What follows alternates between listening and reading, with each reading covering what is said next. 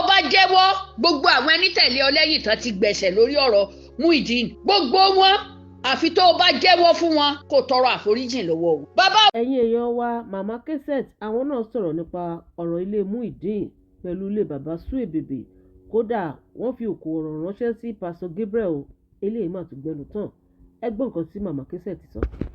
kí lẹ́yìn yín ó ti lórí nẹ́ẹ̀tì àwọn èèyàn ò tiẹ̀ yà sí yín mọ́ lọ títí ìwọ fúnra ara rẹ ò jámọ́ nǹkan kan mọ́ àfi tó o bá jẹ́wọ́ gbogbo àwọn ẹni tẹ̀lé ọ lẹ́yìn tán ti gbẹ̀sẹ̀ lórí ọ̀rọ̀ Muyideen gbogbo wọn àfi tó o bá jẹ́wọ́ fún wọn kó tọrọ àforíjìn lọ́wọ́ o. bàbá wo ológun dúdú tí wọ́n ti ń kwérí ẹ ó tó bẹ́ẹ̀ tó o bá sì jẹ́ pé báyẹn ni ìkà ni ẹ́ Agbala Gabriel scammer gidi ni ẹ́ ọlọ́run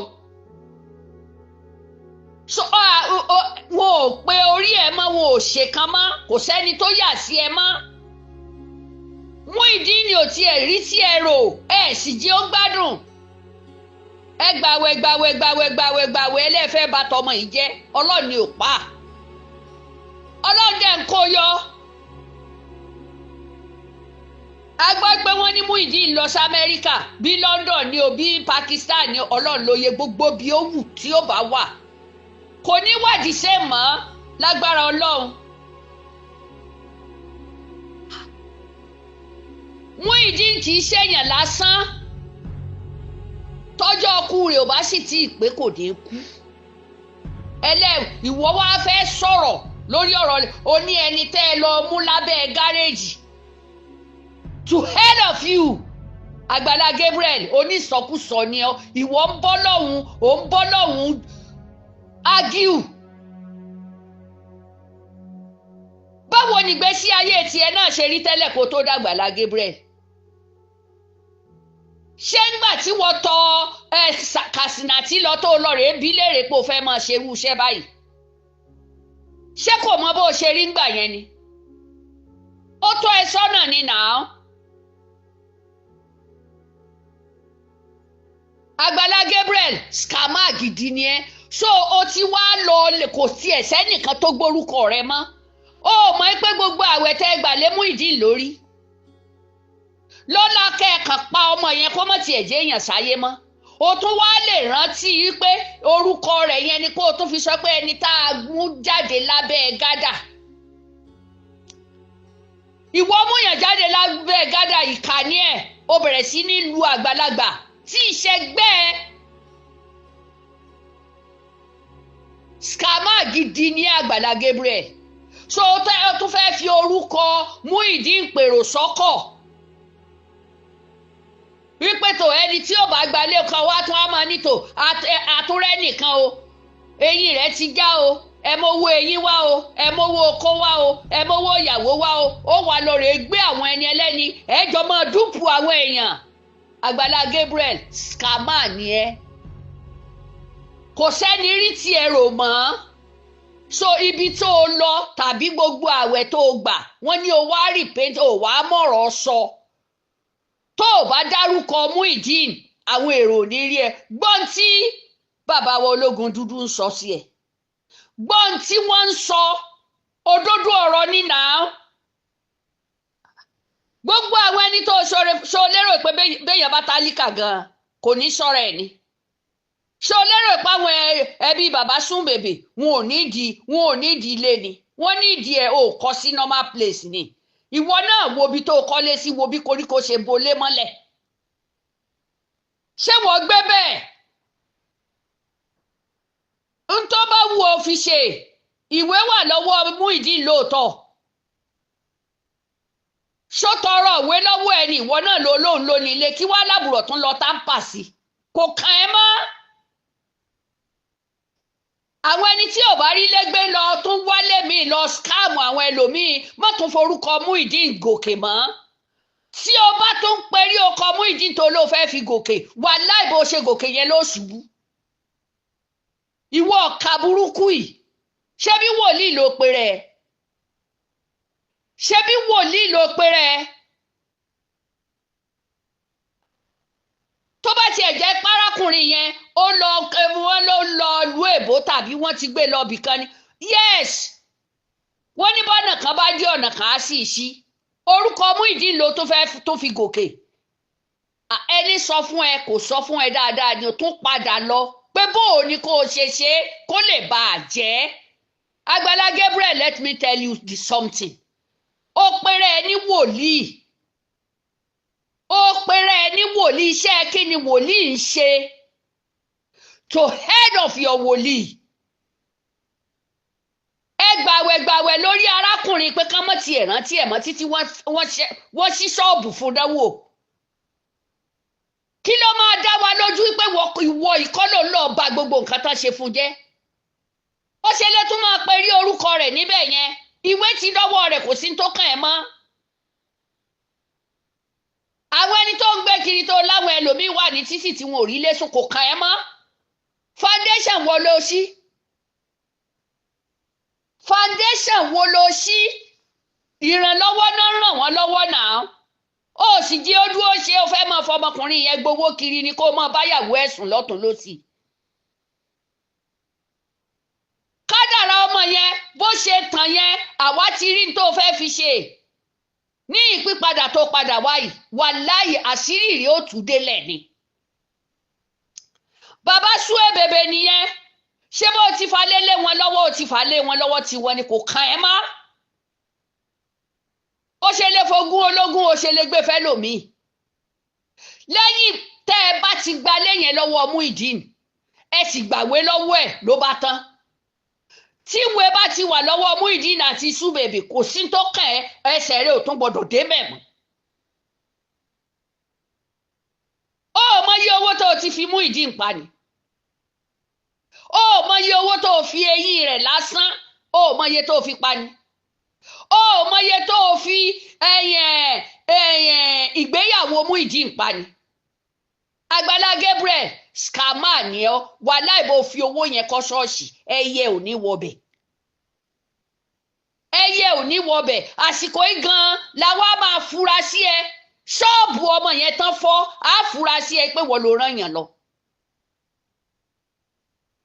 kí ló dé ọ̀rọ̀ alẹ̀ pẹ̀lú ìwé wọ́n ti fún ẹ ṣé wọ́n máa talẹ̀ fún yàn wo ẹni tó ẹlòmíì ò kú gan kò lẹ́bí kò lára ilé tó bá gbé lẹ̀lẹ̀ ìjọba ló máa jogún ẹ̀ ìjọba ló ní ilé méjèèjì yẹn táwọn ẹbí ò bá lọ bẹ kò kàn ẹ́ mọ́ Agbala Gabriel má fi wòlíì rẹ̀ yẹn má fi kó anybody jẹ oore òṣì ló ṣe oore ìyà ló ṣe oore ìka ló ṣe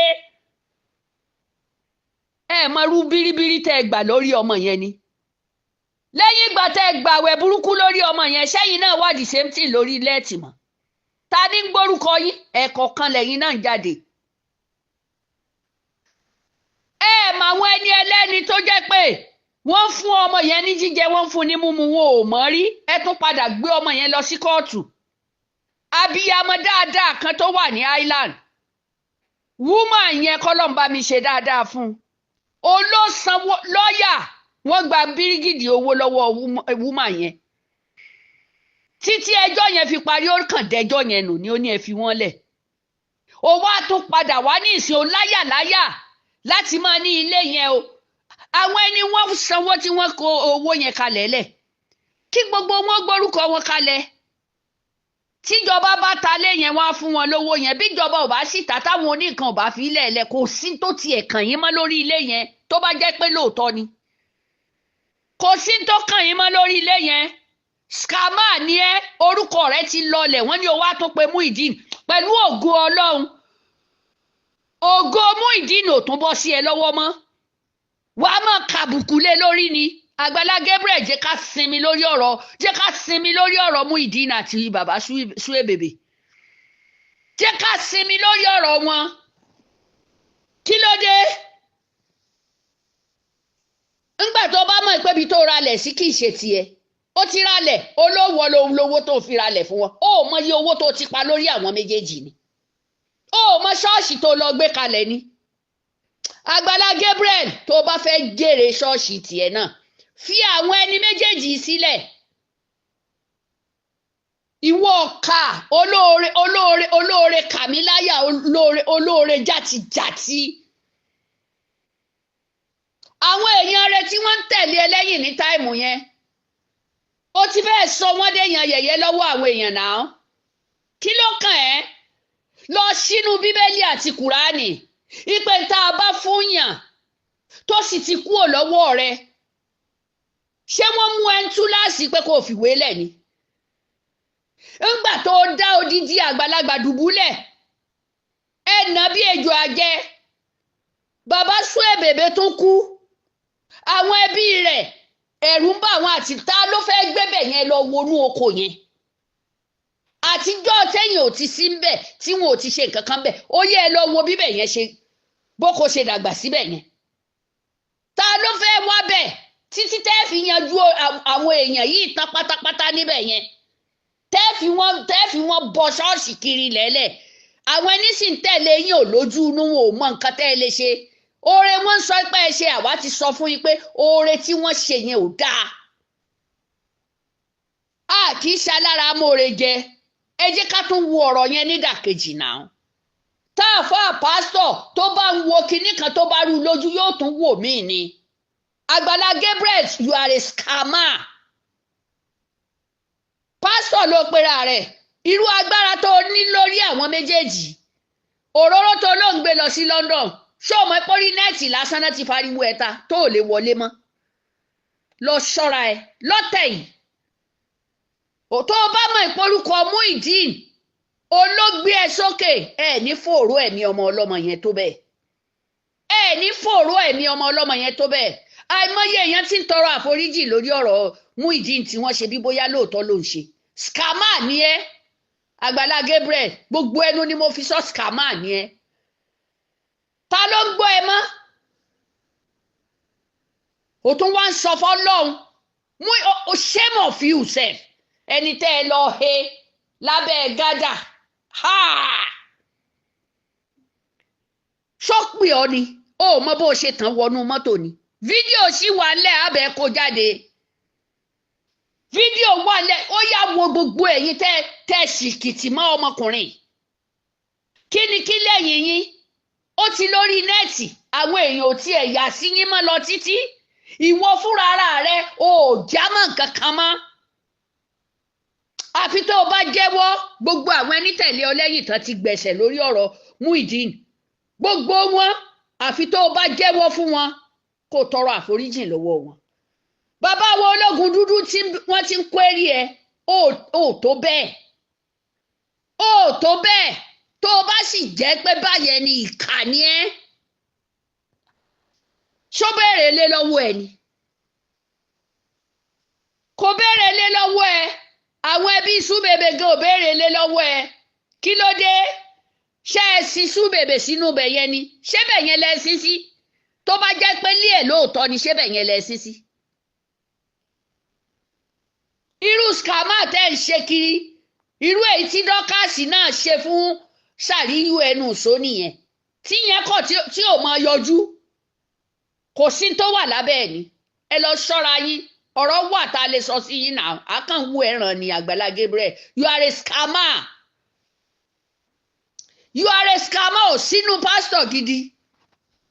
Kókóra nu ẹ̀dà sọ́hùn. Ẹ̀rọ náà mi ìmọ̀ ọkọ yín ti lulẹ̀ gbogbo yín ẹ̀yin tẹ́ gbógun tọmọkùnrin yẹn. Ọkọ yín wá di báṣabàṣá. Ọmọ yìí tún ṣí ṣọ́ọ̀bù. Wọ́n ṣí ṣọ́ọ̀bù fún un. Pẹ̀lú ògo lọ́dọ̀ Ọlọ́run, ta ló fẹ́ sọ pé kì í ṣe yìí lẹ́ńtírẹ̀tì ọmọ yẹn? Tẹ́ ẹ bá wá gbọ́ pé wọ́n ló ti lọ ìlú èbó ní ìsìn, ẹ wá lẹ́ fẹ́ ta dúkìá tẹ́gbẹ́, ẹ tà á kẹ́rin táyé òfin yín ṣe. Ẹ tà á tàbí ẹ wo ẹni tó kú tẹ́ ẹ lóun ló ní iléeṣẹ́ ẹ sí síbẹ̀. Ìwọ ọ̀ka òpùrọ̀ yìí. Àwọn ọ̀dẹ̀ tẹ́ ń jọ ń pinwó, àwọn náà máa dáwó fún ọlọ́tẹ̀ yìí. Kò sẹ́nìkan tí ó dá kọ́bọ̀ fẹ́ ní bọ́dì lórí nẹ́ẹ̀tì mọ́. Olè níyín, scammer níyín. Ológun dúdú, bàbá ẹ bá wa tọ́sọ̀ ẹ̀ dáa.